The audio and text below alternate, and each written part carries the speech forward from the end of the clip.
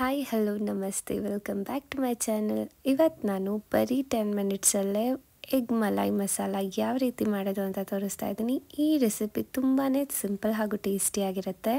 ಇದಕ್ಕೆ ಬೇಕಾಗಿರ್ತಕ್ಕಂಥ ಇಂಗ್ರೀಡಿಯೆಂಟ್ಸ್: ಒಂದು 4 ಬೆಳ್ಳುಳ್ಳಿ ಕಟ್ ಮಾಡಿ ಇಟ್ಕೊಂಡಿದ್ದೀನಿ, ಕೊತ್ತಂಬರಿ, ಈರುಳ್ಳಿ ಒಂದು 3 ಕಟ್ ಮಾಡಿಟ್ಟಿದ್ದೀನಿ, 3 ಮೆಣಸಿಕಾಯಿ, ಒಂದು 3 ಮೊಟ್ಟೆ ಬೇಯಿಸ್ಬಿಟ್ಟು ತೊಗೊಂಡಿದ್ದೀನಿ, ಹಾಗೂ ಡ್ರೈ ಪೌಡರ್ಸ್ ತೊಗೊಂಡಿದ್ದೀನಿ, ಸ್ವಲ್ಪ ಹಾಲು ಕೂಡ ತೊಗೊಂಡಿದ್ದೀನಿ. ಮೊದಲಿಗೆ ಒಂದು ಪ್ಯಾನಲ್ಲಿ ಈ ಒಂದು ಚಮಚದಲ್ಲಿ ಒಂದು 3 ಚಮಚದಷ್ಟು ಎಣ್ಣೆಯನ್ನು ತಗೊಳ್ಳೋಣ. ಎಣ್ಣೆ ಎಲ್ಲ ಸ್ವಲ್ಪ ಚೆನ್ನಾಗಿ ಕಾಯಲಿ. ಸ್ವಲ್ಪ ಎಣ್ಣೆ ಕಾದ ನಂತರ ಸ್ವಲ್ಪ ಕರಿಬೇವು ಹಾಕ್ಕೊಳ್ಳೋಣ.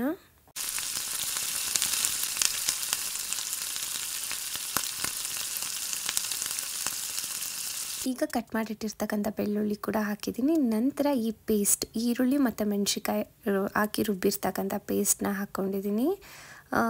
ಇದರಲ್ಲಿ ನಾನು 3 ಈರುಳ್ಳಿ ಹಾಗೂ 2 ಮೆಣಸಿಕಾಯಿ ಮಾತ್ರ ತೊಗೊಂಡಿದ್ದೀನಿ.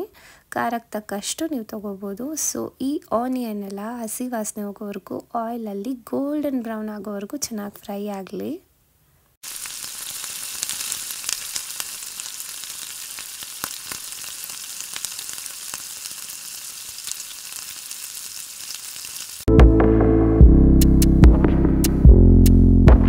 ಆನಿಯನ್ ಎಲ್ಲ ಚೆನ್ನಾಗಿ ಫ್ರೈ ಆಗಿದೆ. ಈಗ ಒಂದು ಟೇಬಲ್ ಸ್ಪೂನಷ್ಟು ಶುಂಠಿ ಹಾಗೂ ಬೆಳ್ಳುಳ್ಳಿ ಪೇಸ್ಟ್ನ ಕೂಡ ತೊಗೊಂಡಿದ್ದೀನಿ. ಇದು ಕೂಡ ಹಸಿ ವಾಸನೆ ಹೋಗೋವರೆಗೂ ಚೆನ್ನಾಗಿ ಆಯಿಲಲ್ಲಿ ಫ್ರೈ ಮಾಡ್ಕೊಳ್ಳೋಣ.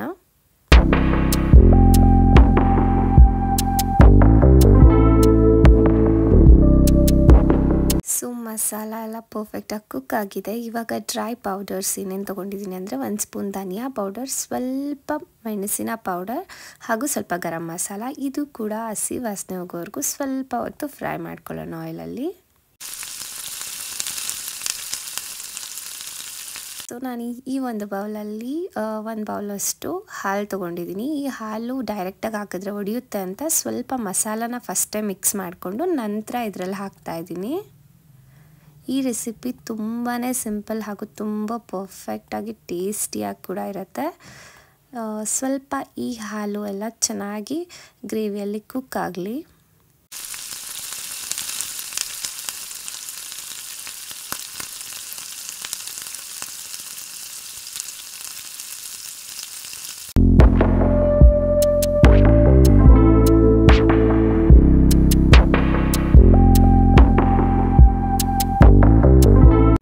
ಮಿನಿಟ್ಸ್ ಲಿಡ್ ಕ್ಲೋಸ್ ಮಾಡಿಬಿಡೋಣ. ಸೊ ಇವಾಗ ಗ್ರೇವಿ ಕುಕ್ ಆಗಿದೆ. ನಾನೀಗ ಸಾಲ್ಟ್ ಹಾಕ್ಕೋತಾ ಇದ್ದೀನಿ. ರುಚಿಗೆ ತಕ್ಕಷ್ಟು ಉಪ್ಪು ಹಾಕ್ಕೊಳ್ಳಿ. ಇದು ಇನ್ನೂ ಒಂದು 2 ಮಿನಿಟ್ಸ್ ಕುಕ್ ಆಗಲಿ.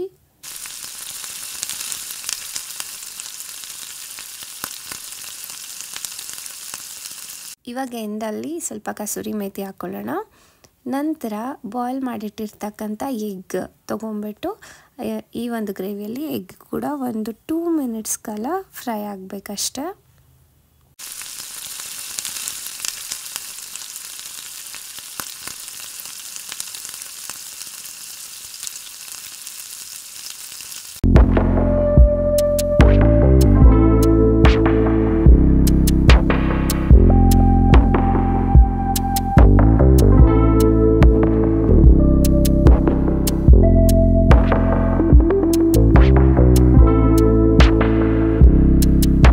ಲಾಸ್ಟಲ್ಲಿ ಸ್ವಲ್ಪ ಕೊತ್ತಂಬರಿ ಸೊಪ್ಪು ಹಾಕ್ಕೊಳ್ಳೋಣ, ಒಳ್ಳೆ ಫ್ಲೇವರ್ ಕೊಡುತ್ತೆ. ಸೊ ತುಂಬಾ simple recipe egg malai masala ready ಆಗಿದೆ. 10 ಮಿನಿಟ್ಸ್ ಒಳಗಡೆ ಯಾರು ಬೇಕಾದರೂ ಕುಕ್ ಮಾಡ್ಬೋದು. ಟೇಸ್ಟಿಯಾಗಿ ಕೂಡ ಇರುತ್ತೆ. ರೈಸ್ ಜೊತೆ ಚಪಾತಿ ಜೊತೆ ಒಳ್ಳೆ ಕಾಂಬಿನೇಷನ್. ಒಂದ್ಸಲನಾದರೂ ಟ್ರೈ ಮಾಡಿ. ಈ ವಿಡಿಯೋ ಇಷ್ಟ ಆಗಿದ್ರೆ ಲೈಕ್ ಮಾಡಿ, ಶೇರ್ ಮಾಡಿ, ಕಮೆಂಟ್ ಮಾಡಿ ಹಾಗೂ ನನ್ನ ಚಾನಲ್ನ ಸಬ್ಸ್ಕ್ರೈಬ್ ಮಾಡ್ಕೊಳ್ಳಿ. Thanks for watching. Bye bye.